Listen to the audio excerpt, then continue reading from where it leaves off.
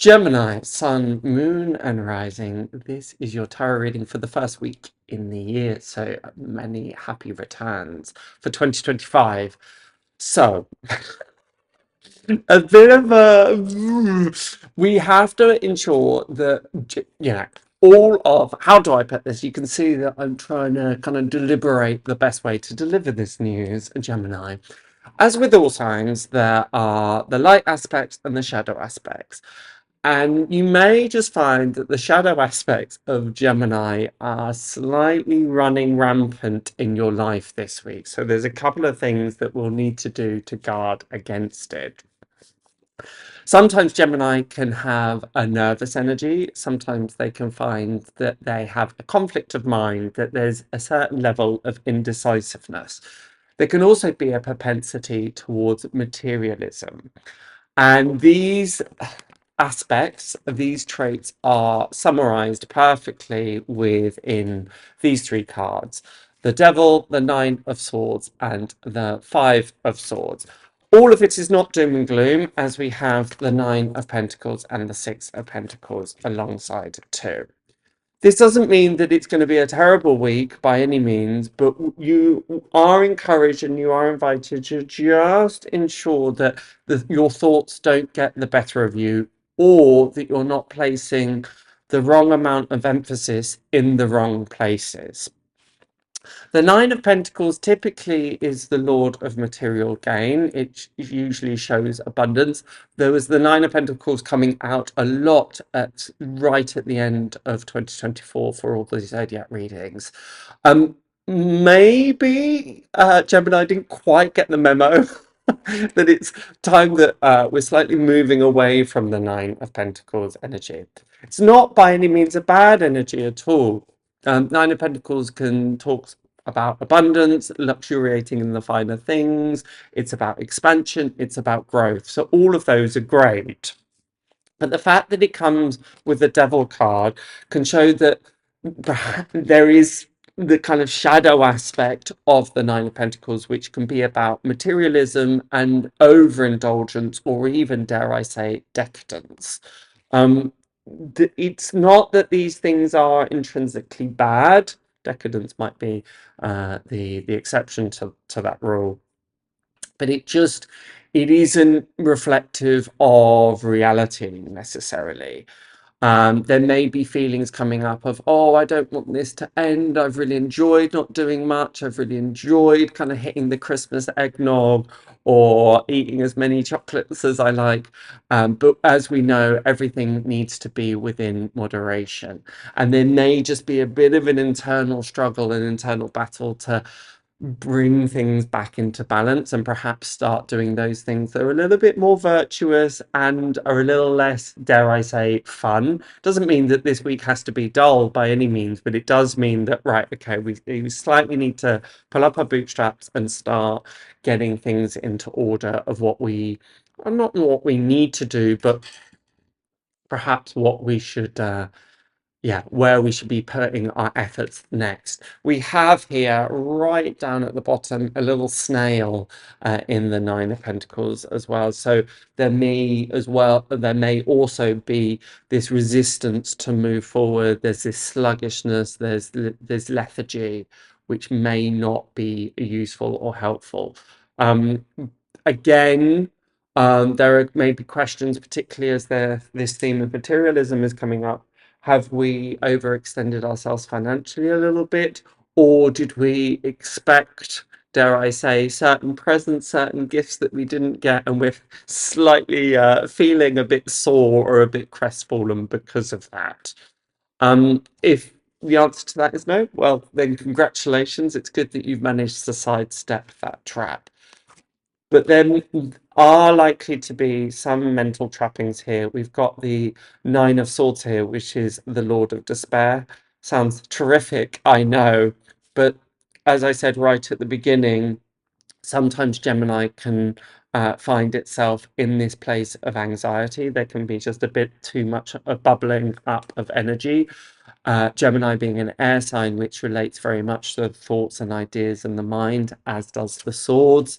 And the fact that we have the Nine of Swords and the Five of Swords here may be indicating that you're slightly going you're going to war in your mind, the Five of Swords being the Lord of Conflict.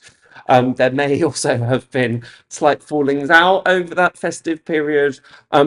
The advice here, the guidance here is don't blow it out of proportion. Thoughts aren't always facts. And if you are finding this slight sense of overwhelm, if you are finding, and this overwhelm may also be about all those things that we need to do and achieve, not a word that I necessarily like, or accomplish over the year ahead. We may just be, oh, because this was maybe a point of nice escapism, the Nine of Pentacles. It's nice then when we just get to kind of live with a certain sense of abandon and with a sense of not having to live up to responsibilities. And that is necessary. Don't give yourself a hard time for that by any means. You're going to suck all the pleasure out of it if you're suddenly beating yourself up because you perhaps did overindulge, or you did perhaps overextend yourself financially. It doesn't matter. It's done now. Just put that to one side and more focus on the positive. And okay, how do I bring this back into balance? How do I perhaps get on with what I need to get on with? One of my favorite sayings, particularly about anxiety, comes from Alan Watts: no amount of worrying about what's happening next will change what is going to happen.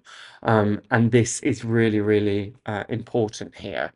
If you are finding that you're slightly going into war with your mind, if there is that anxiety creeping up, and particularly with a degree of indecisiveness, that seems particularly pertinent with the Five of Swords, that Lord of Conflict.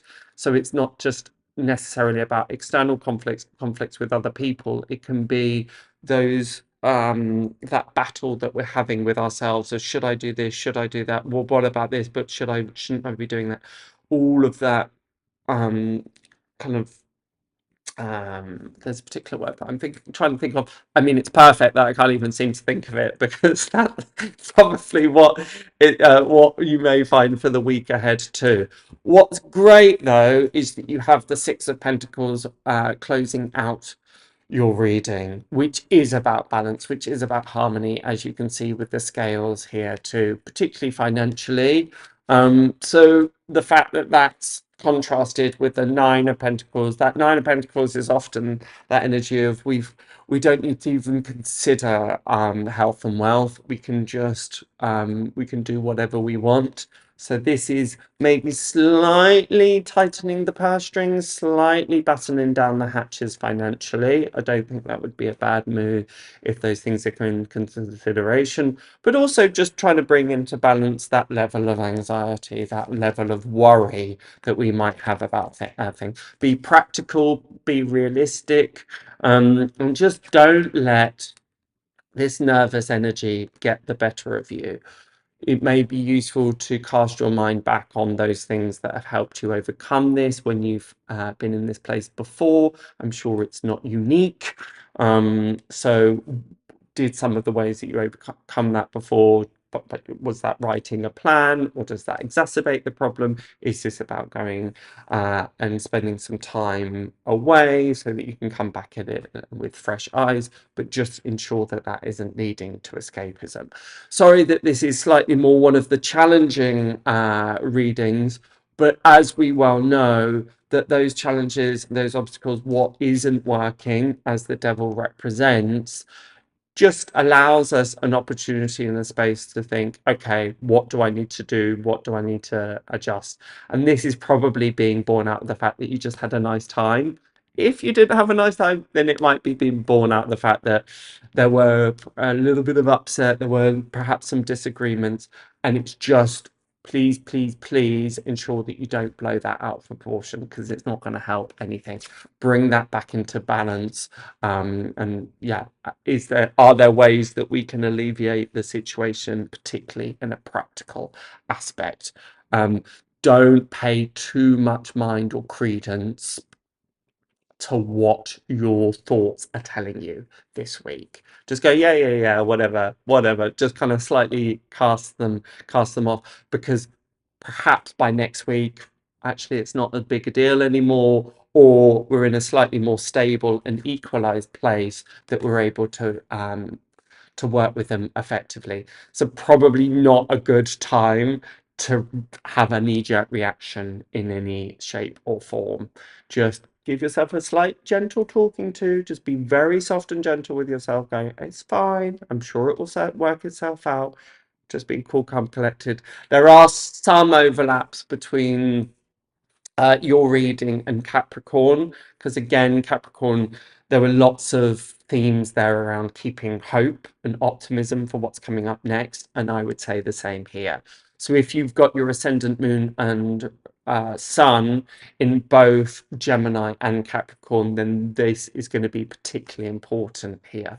So put down in the comments if that is you. If you don't know what your rising and moon are, then be sure to check out the website, wellnessfoundry.co.uk. You can look at the offerings, and under that is Tarotscopes or free weekly readings, and we'll tell you exactly how to do that. There was something else I was going to say. Yeah, and just I would go and check your ascendant and moon readings as well for a full scope of what this year and week will bring you. Okay, but until next week, do not despair. It's all going to be fine. And I shall see you next week. Bye for now.